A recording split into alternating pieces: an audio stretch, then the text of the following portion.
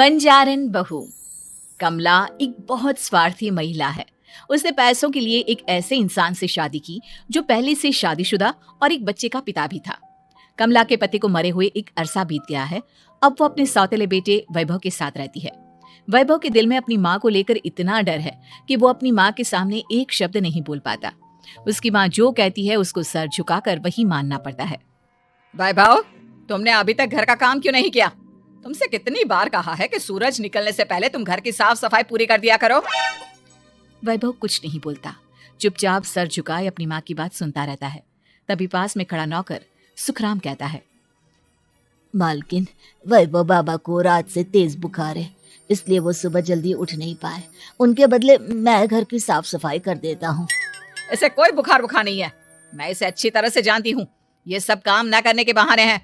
सुखराम काका, बोल दो इसे, सारे घर का काम यही करेगा।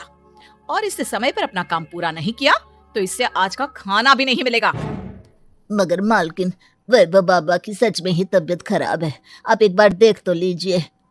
कमला बिना कुछ बोले वहां से चली गई और बेचारा वैभव तेज बुखार में भी काम करता रहा। कमला वैभव की शादी एक ऐसी लड़की से कराना चाहती थी जो अनपढ़ हो और कमला से इसी तरह डरे जिस तरह वैभव डरता है, ताकि वैभव की सारी जायदाद और धन दौलत उसकी मुट्ठी में रहे। लेकिन आज के जमाने में ऐसी लड़की मिलना मुश्किल है। कमला कार में यही सब कुछ सोचती जा रही थी कि तभी रास्ते में, अरे ड्राइवर, तुमने कार क्यों रोक दी? और ये इतना शोर कैसा? मैडम, आगे कुछ बंजारों का खेल चल रहा है, इसलिए भीड़ लगी है। मैं अभी भीड़ को साइड में करवाकर कार निकालता हूँ। ड्राइवर भीड़ को साइड करके कार निकालने की कोशिश करने लगा कि तभी कमला की नजर रस्सी पर चल रही एक फुलवा नाम की बंजारन पर पड़ी। क्यों ना मैं इस बंजारन की शादी वैभव से करा दूं? ये तो अनपढ़ लग रही है, मेरे पैरों तले दबकर भी रहेगी।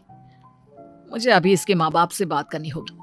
ये सोचकर कमला ने उन बंजारों से बात की और उन्हें शाम को अपने घर बुलाया। फुलवा के माता पिता वहां उसे लेकर आ गए। उन्होंने इतना आलीशान घर पहले कभी नहीं देखा था। अच्छा हुआ आप लोग आ गए। देखिए, मुझे घुमा फिरा कर बात करने की आदत नहीं है, इसलिए सीधे सीधे मुद्दे पर आती हूँ। मुझे आपकी बेटी बहुत पसंद है। मैं अपने इकलौते बेटे की शादी आपकी बेटी फुलवा से कराना चाहती हूँ। इसके बदले में आप जो चाहो वो ले सकती है। तभी फुलवा की माँ कहती है, ये क्या कह रही है मैम साहब? कहीं आप हमारी गरीबी का मजाक तो नहीं उड़ा रही ना? आप मेरे बेटे से मिल लो। अगर आपको मेरा बेटा पसंद आता है तो मैं कल से ही शादी की तैयारी शुरू कर दूंगी। सुखराम, सुखराम, वैभव को लेकर आओ। फुलवा अपनी माँ के कान में फुसफुसाती है, माँ, कहीं इस मेम साहब का छोरा पागल तो ना है? फुलवा अपनी माँ से बात कर रही होती है कि वैभव वहां आता है।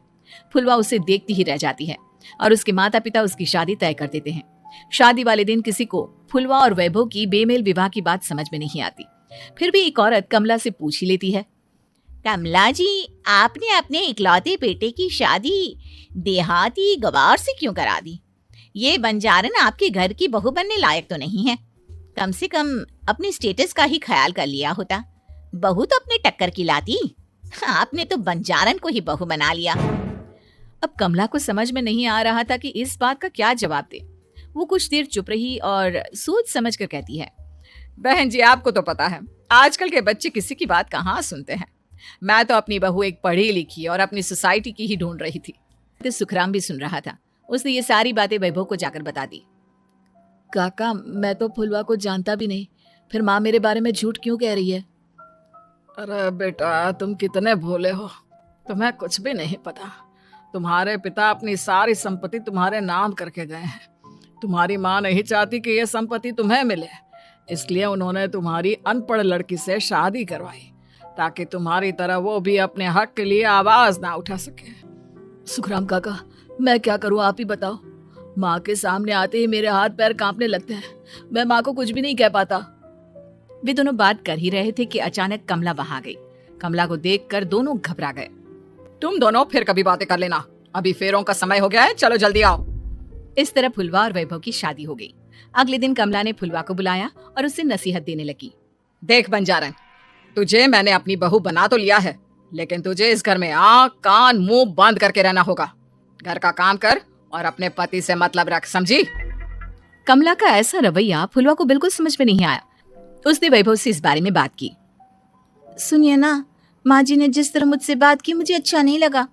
शादी से पहले तो वो मुझसे बहुत अच्छे से बात कर रही थी, लेकिन शादी के बाद उन्हें क्या हो गया? तुम ज्यादा मत सोचो, जैसा माँ कहती है वैसा ही करो। ये कहकर वैभव वहां से चला गया। अगले दिन वैभव को घर के नौकरों की तरह काम करता देख फुलवा को बहुत हैरानी हुई। फुलवा ने इस बारे में सुखराम काका से बात की तो सुखराम काका ने फुलवा को सारी बात बता दी। अब फुलवा को समझ में आ गया कि उसकी सास ने एक बंजारन को बहू क्यों बनाया। एक दिन वैभव घर का काम कर रहा था, तभी उससे कांच की प्लेट टूट गई। किसने गिराई ये कांच की प्लेट? वैभव को वहां खड़ा देख कमला ने छड़ी से उसे मारना शुरू कर दिया। उसके पैर में कांच चुभ गया और खून बहने लगा, लेकिन फिर भी कमला उसे मारे जा रही थी। ये देखकर फुलवा ने कमला के हाथ से छड़ी छीन ली और तोड़कर फेंक दी। बंजारन, तेरी इतनी हिम्मत, तूने मेरे हाथ से छड़ी छीनी? कमला फुलवा को थप्पड़ मारने ही वाली थी कि फुलवा उसका हाथ पकड़ लेती है। ओ सस माँ, मैंने मॉम की गुड़िया ना समझ लियो। बंजारन, ईंट का जवाब पत्थर से देना जानती हूँ। आज के बाद मेरे या वैभव जी के ऊपर हाथ उठाने की सोचियो भी ना, समझी ससु माँ? ये कहकर फुलवा वैभव को लेकर वहां से चली गई। उसने वैभव के पैर पर पट्टी बांधी, उसके आंसू पोंछे। वैभव ने पहली बार किसी के दिल में अपने लिए इतना प्यार महसूस किया। अब फुलवा वैभव का हर काम में हाथ बटाती, उसका बहुत ख्याल रखती। इस तरह दोनों बहुत ज्यादा नजदीक आ गए। वहीं दूसरी ओर कमला सारी जायदाद अपने नाम करने की साजिश करने लगी।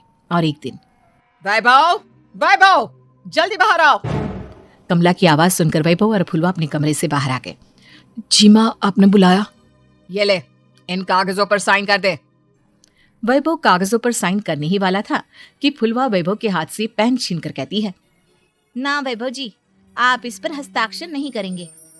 आओ बंजारन, मैं तुझसे बात नहीं कर रही। ये बात मेरे और मेरे बेटे के बीच की है। चुपचाप पेन दे दे, नहीं तो तेरी खाल उधेड़ लूंगी। ससु माँ, बंजारन की खाल इतनी भी ढीली ना होवे कि कोई भी उधेड़ लेवे। जो यकीन ना आता हो तो देख ले उतार के। और हाँ, बंजारन जरूर हूँ पर अनपढ़ ना हूँ। मन भी पता है कि किसी भी कागज पर साइन करने से पहले उसे अच्छी तरह पढ़ लेवे हैं। पेन देती है या नहीं? ये कहकर कमला फुलवा को मारने आई तो फुलवा ने कमला को धक्का दे दिया और वो नीचे गिर गई। कमला डरकर वहां से भाग गई। अब फुलवा ने वो कागज उठाए और वैभव के साथ सीधा वकील के पास चली गई।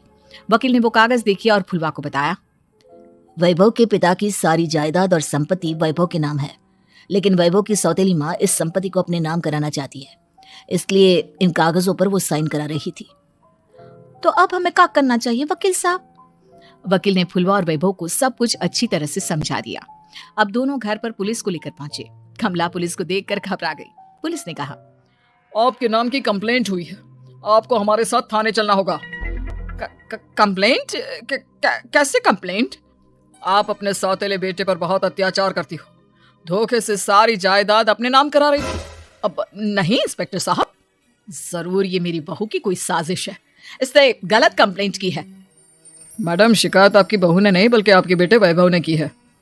कमला वैभव का नाम सुनकर दंग रह गई। जिस बेटे ने कभी उसके सामने सर नहीं उठाया था, आज वही बेटा उसके सामने पुलिस को लिए आया है। वैभव, तुम्हारी इतनी हिम्मत कि तुम पुलिस को ले आए?